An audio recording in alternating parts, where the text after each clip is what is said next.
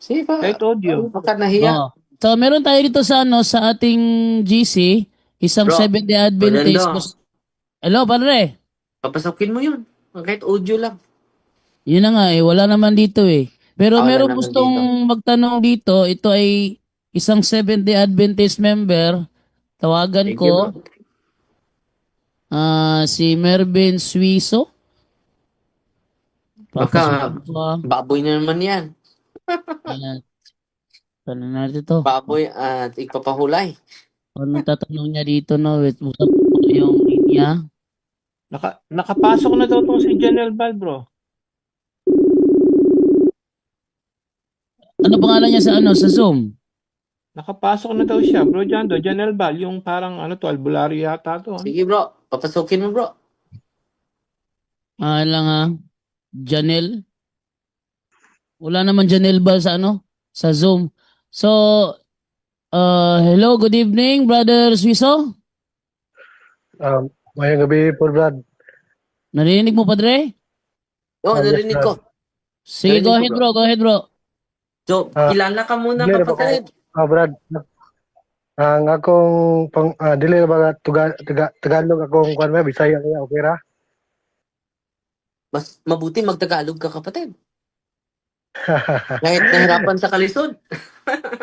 Mahirapan sa kalisod. Si Brother John na lang mag-translate sa Sige, sige, Okay, okay. sige. kaya Ako lang, mo. balik, ako lang mag-translate, ako lang mag-translate. Sige, go ahead. Okay, okay. Ah, Ano pangalan mo bro? okay lang. Kahit anong itatanong ko. Yes, Yes, bro, yes, bro. bro. Mervin Suiso, Padre, Mervin Suiso. Mervin Suiso. Okay, ang tanong ko yan sa Mateo sa 16:18. Mateo 16:18. Anong tanong mo diyan, bro? Yung claim ng Roman Catholic, kayo ang iglesia diyan, di ba? Tama. Yes, bro. Mm. Inaamin niya ng ano, bro, inaamin niya ng The Ministry Magazine. So ang tanong ko sa first century, pero Bisaya, Bisaya. Sige, go ahead, bro. Sige, bro. Go ahead, bro. Go ahead, bro. Go ahead. Okay. Akong pangutana kay kana manggod nga kanang kwan, kanang iglesia diya gisgutan nga dili mapukan bisan sa kanang ginatawag nga hadis. Now, diya sa Revelation, gisgutan nga iglesia diya nga kini nga iglesia is wala nga nilipod nga Roman Catholic ba or Seventh-day Adventist, Baptist ba, Iglesia ni Cristo nga mga gigamit sa mga building ba. So akong pangutana diya, ang gikuha naman diya gisgutan sa Revelation nga kini nga iglesia is nagtuman sa sugo ug pagtuo kang Kristo. So akong pangutana kung ang Roman Catholic nag-claim nga pro-church diha sa Mateo 16:18 ngano man nga ang may tungod sa balaod murag lahi naman ang balaod sa Ginoo kaysa diha sa Roman Catholic. You know, nay balaod ang Roman Catholic pero kanang kung magkwanta kanang by number ta kanang by kuman sa balaod lahi na sa kwan ba sa Roman Catholic. Unsa may explanation na sa Roman Catholic? Okay, Father Darwin. So, ang tanong niya, kung ang Katoliko ba daw yung nasa Matthew 16:18, doon namang remnant church naman sa Revelation naman, tumutupad ng utos. Bakit daw yung ating Ten Commandments ay iba daw sa Ten Commandments na nasa Biblia? Sa Ten Commandments. Unang-una yung katanungan niya patungkol sa Mateo 16:18 na tayo ba yon? Tayo yon dahil si Kristo yung nagtatag sa atin. Historically speaking, ang simbahang katoliko ay tatag ni Kristo. Okay, dahil kung lalagyan niya ng pangalan Roman Catholic yung kanyang simbahan, yung simbahan mo ay magdadala din sa pangalan na Roman Catholic. So, sa Matthew 16:18, makikita natin the three characteristics of the true church. The first one, it should be founded by Christ. The second one, it must be indestructible. Hindi po mawawala. Simula ng pagtatag ni Kristo sa iglesia, sa simbahan, ay manatili hanggang sa dulo ng walang hanggan. Pangatlo na characteristics ay si Pedro yung unang leader, hindi si Ellen G. White. So, sa tatlong characteristics, sino ba yung mapapasa nito? Example, Iglesia ni Cristo. Ang nagtayo nila ay si Felix Manalo. Kailan? 1914. So, hindi po makatrace sa first century. Seventh-day Adventist Church. Tatag lang ni Ellen G. White. Founder lang, no? Hindi napapasa. Di ba? So, magbabasa tayo ng Biblia, let us use logic also. Dahil kung gusto mo litra po litra, hindi naman lahat litra po litra. No? Anong talata yun, Brother Jando? Hindi tayo magbabase sa litra po litra. Dahil yung litra po litra ay makapatay yun. Anong talata yun, Brother Jando?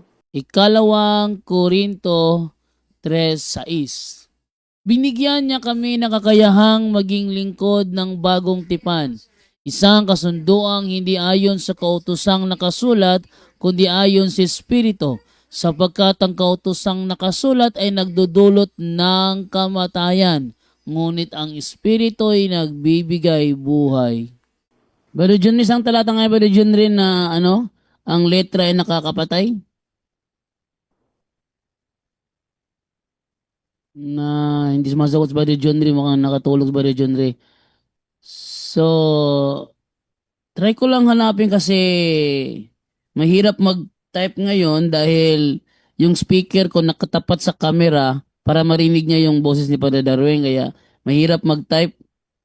So, dito, Brother Jando, patuloy lang ako na ito po.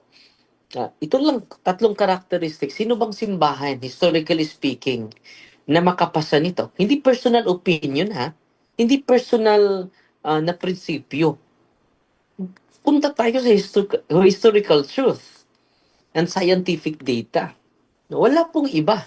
Kahit si Google, kahit si ChatGPT, magsasabi, the founder of the Catholic Church is Jesus Christ. Example, mag-search tayo, Brother Jando. Seventh-day Adventist. Sino yung nagtayo?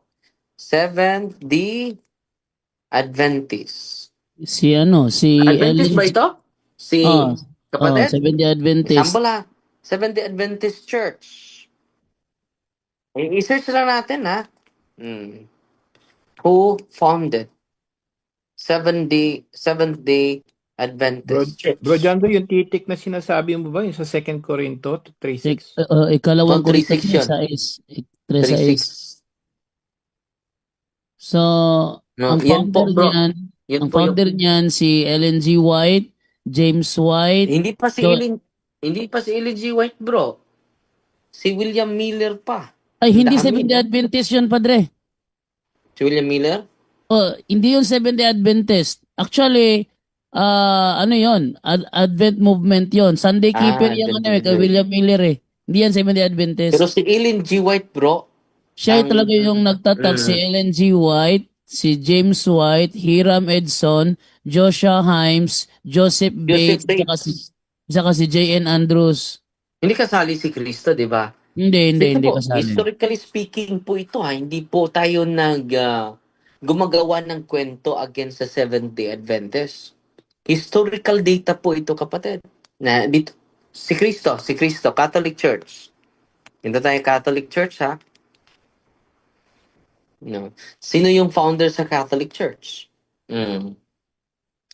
Founded by Jesus Christ, no? Catholic Church, founded by Jesus Christ, not by later human leader. At yung talata, bro, Matthew 16:18-19. Nandito po ito sa ChatGPT, no? So, ito po hindi po ito gawa-gawa. So, ang Matthew 16:18, ang makapasa niyan ay hindi Iglesia ni Cristo. pasensya na po. Hindi din born again, pasensya na po.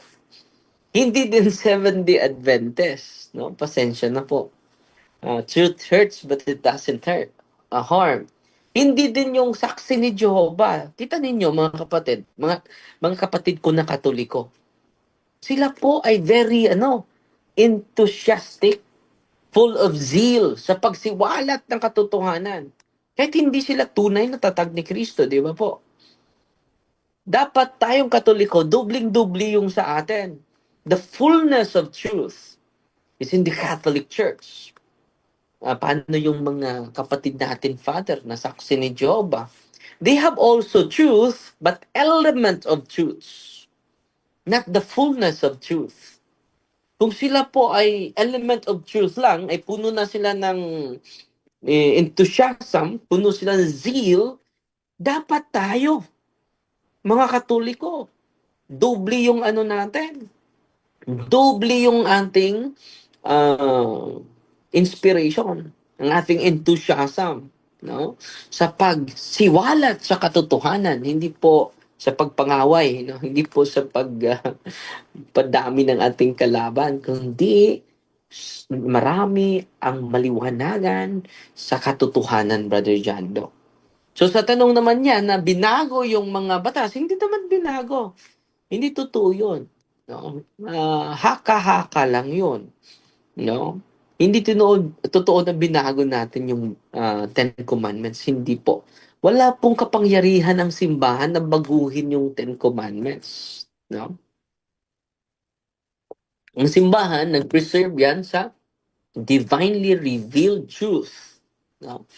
Galing sa Diyos Ama, galing sa Diyos Anak, galing sa Diyos na Espiritu, Brother Jando.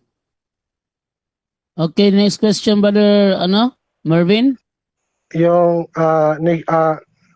pangalawa kong tanong, focus din doon sa first century, yung tinatawag nga God-fearers diyan sa New Testament, yung sa history, kung mag-research ka doon sa Roma, kung ano mga religion, wala nakalagay nga may religion nga Roman Catholic, kundi mag-focus lang ako sa itong tinatawag nga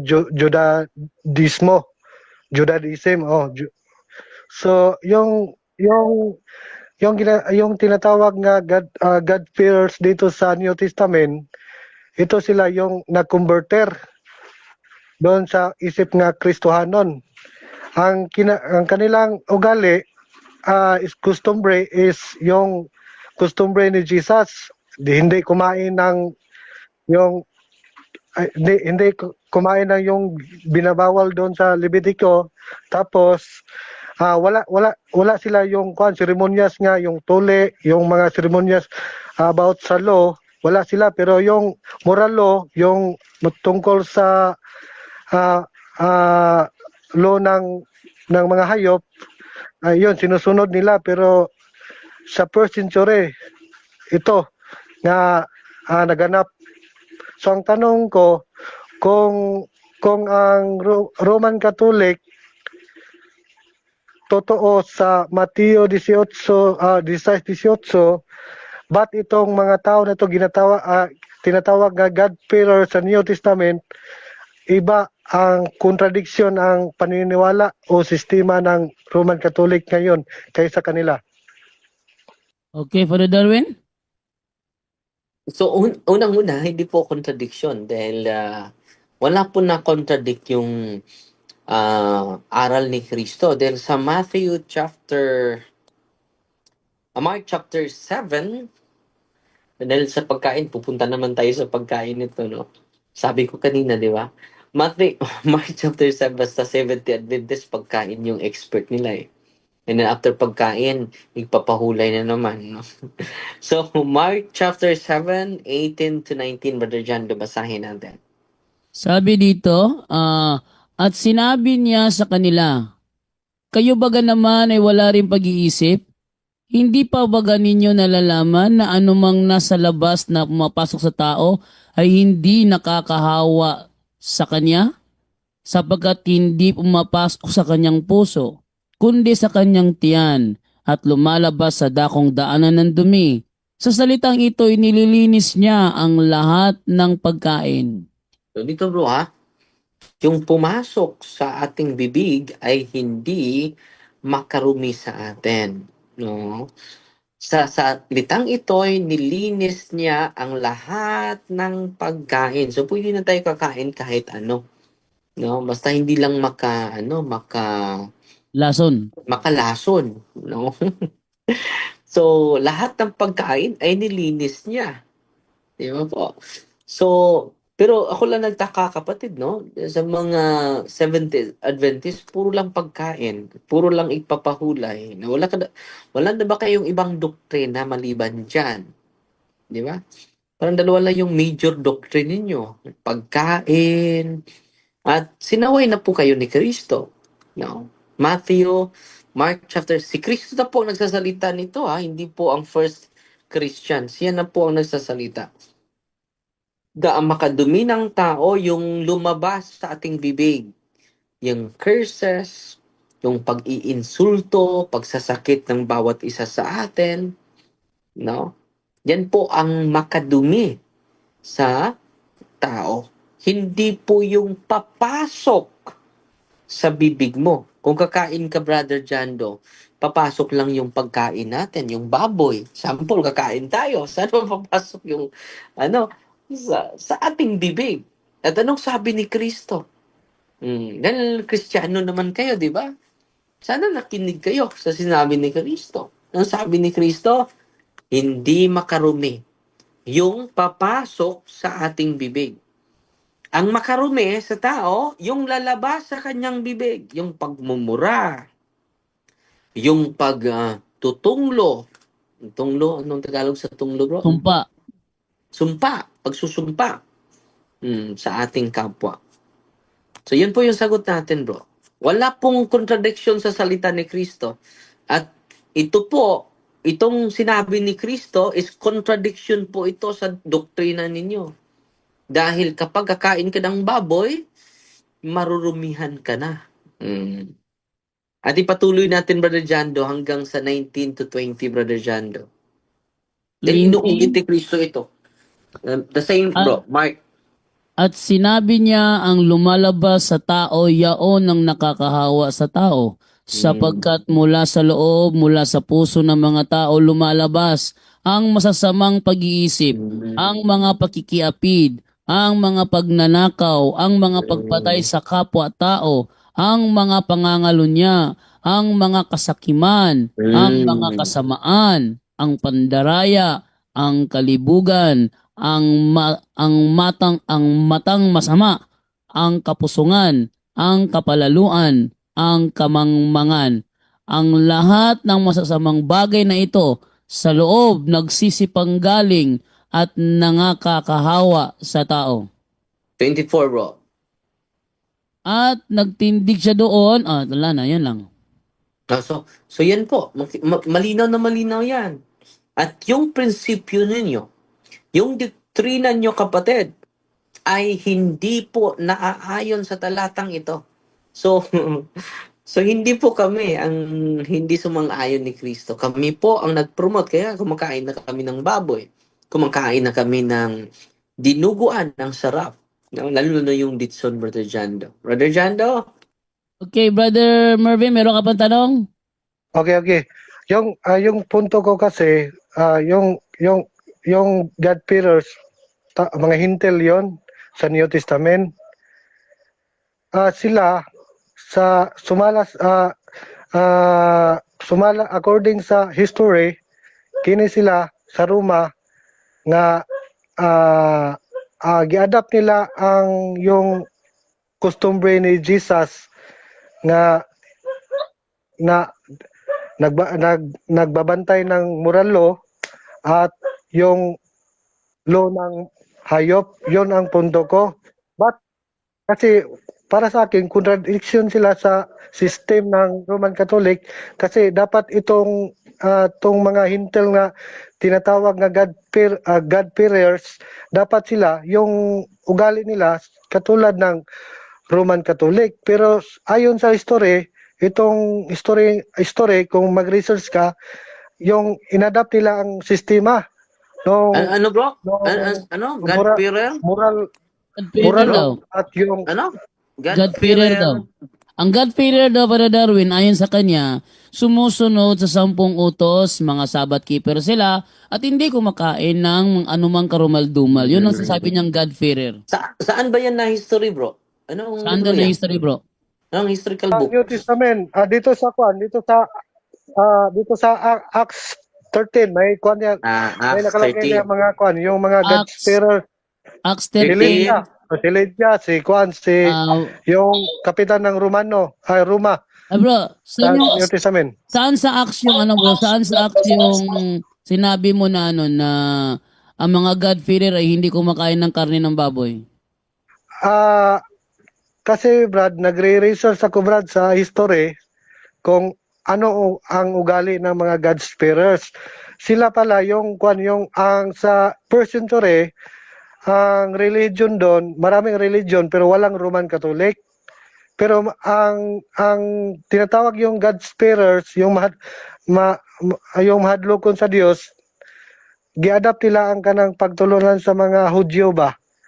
So sumala sa history. Mao po na nga naligal sila dito pero align sila sa kining Judaismo o Judaism ba. Align sila sa first century. Bro, ang tanong ni Padre, bro, saan mo daw nabasa sa New Testament na ano, na ang God-fearer hindi kumakain ng karne ng baboy? Sumala according sa history brother. Sa history lang, Padre, wala sa Biblia. May tilata kang sinabi. Acts of the Apostles. Acts Susundan 13. namin. Susundan Wait namin. lang, hanapin ko yung Sabi niya, Acts 13 daw. Ano man kinasabing pagkain sa Acts 13?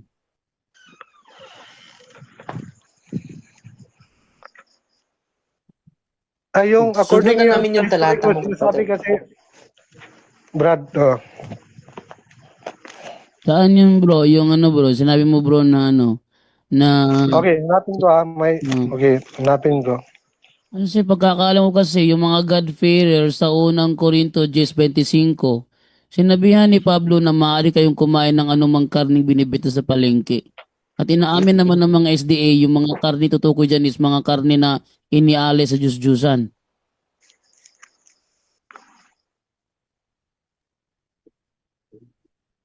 Nakita mo na bro. Last question na Wait ito lang. bro. Jando. Last question lang ito. Narito na. Okay Sige, na, nakita sige. ko na. Dito sa Acts 13, versikulo, verse 42 to 43. Babasahin ko. Basahin mo lang. 42 to 43. Tinanong ko may pagkain ba dito? May sabi pagkain dito. Sabi dito, 42 to 43. Nang sina Pablo at Bernabe ay palabas sa sinagoga, inanyayahan sila ng mga tao na magsalita muli tungkol sa mga bagay na ito sa susunod na araw ng Sabat. Pagkatapos ng pulong, sumunod kina Pablo at Bernabe ang maraming Hudyo at mga relihiyos ng hintil na nahikayat sa Judaismo. Nagsalita sa kanila ang mga apostol at pinangaralan silang magpatuloy sa pamumuhay ng nararapat ayon sa kagandahang loob ng Diyos. Wala naman dito, bro. Dito bro. Yung nakabig bro, yung Judio nga nakabig ngadto sa tinuan. Oh yes, Hindi, yes. ang sabi dito, bro, mga hintil na nahikayat sa Judaism. Nakalbos Yes, sa Brad. Judaism. Yes, Brad. Yan ang punto ko, Brad. Bro, dito bro. Mervin, basahin ko ha. Many Jews and devout converts to Judaism followed Paul and Barnabas. So sumunod sila ni Paul at ni Barnabas, di ba? Ito yung nakasulat dito. So kung totoo na sumusunod sila kay Pablo, anong sabi ni Pablo sa unang Korinto kapitulo 10 versikulo 25, Brother Jando? Basahin Unang natin. Korinto 10:25, itong sinasabi. Bilang sa mga hintil ito. Kumain kayo ng anumang nabibili sa tindahan ng karne at huwag nang magtanong pa upang hindi mabagabag ang inyong budhi. So, malinaw na malinaw ha. Ulitin ko kumain kayo ng anumang nabibili sa tindahan ng karne. Sa Korinto po ito, sa mga hintil po ito. At huwag nang magtanong upang hindi mabagabag ang inyong budhi. So, huwag ka nang magtanong. At ito yung sabi mo sa Acts the Apostle chapter 13, the devout Judaism na converted, they followed Paul. At ito, isa yun sa sinabi ni Paul. At patuloy. Ito po, Brother Jando, basahin Tuloy natin. ko ha. Roman chapter 14 verse 14. 14:14. Ang sabi ganito, dahil sa aking pagkikipag-isa sa Panginoong Hesus, natitiyak kong walang anumang likas na marumi. Ngunit kung ang sino man ay naniniwalang marumi ang anumang bagay, marumi nga yun sa kanya. So, kita ninyo? So, kung totoo na sumusunod sila ni San Pablo, susundin nila ito. And then sa Romans 14 verse 17, Brother Jando. Maganda sa ang salita ng Diyos, oh. Dahil Sige. nagipag-isa na ako sa Panginoong Hesus, alam ko na wala talagang bawal na pagkain. No, tingnan mo. Kung totoo na i-connect natin yan sa Acts of the Apostle chapter 13, yung sinabi mo, 13, ano yun, Brother Jando? 13:24. 13:24, that the devout Judaism 43. 13:43 to who are 44. converted, they followed Paul. They followed Paul. Dapat sundin nila ito. Sinusunod din nila ito. Di ba? Sa Roman chapter 14 verse 17, Brother Jando, babasahin natin. Roman chapter 14 verse 17. 14:17. Ang sabi ganito, sapagkat ang paghahari ng Diyos ay hindi tungkol sa pagkain at kagalakan na ipinagkakaloob ng Espiritu Santo. No, klaro-klaro na. So sana po malinawan yung mga kapatid natin, di ba? Sapagkat ang paghahari ng Diyos ay hindi tungkol sa pagkain o inumin. Ito ay tungkol sa matuwid na pamumuhay, kapayapaan, at kagalakan na ipinagkaloob ng Espiritu Santo. Ang linaw niyan, Brother Jando, di ba po? Meron pa And then, meron pa rin, Hebreo 13:9. Huwag kayong patangay sa mga sari-sari at kakaibang katuruan. Mas mabuti para sa atin ang mapanatag ang ating kalooban sa pamamagitan ng kagandahang loob ng Diyos kaysa sa pamamagitan ng pagsunod sa mga walang pakinabang na mga utos tungkol sa pagkain. no, kita mo kapatid, no? Malino, no? Huwag kayong, ulitin ko, Brother Jando, patangay sa mga sari-sari at kakaibang katuruan. Yan po yung ma-qualify ka dito, kapatid, no? Sumusunod ka sa mga sari-sari kakaibang katuruan. Mas mabuti para sa atin ang mapanatag ang ating kalooban. Paano ba natin mapanatag yung kalooban natin? Sa pamagitan ng kagandahang loob ng Diyos, kaysa pamamagitan ng pagsunod sa mga walang pakinabang na mga utos. Ano ba yung utos ninyo sa pagkain, bro? Walang pakinabang na mga utos tungkol sa pagkain. Kita-kita mo, kapatid. Di ba? At dito, Brother Jando, kapag i-bless na natin, Brother Jando, maging ano na yan. 1 Timothy chapter 4 verses 4 to 5, Brother Jando. Okay, unang Timoteo 4:4 hanggang 5.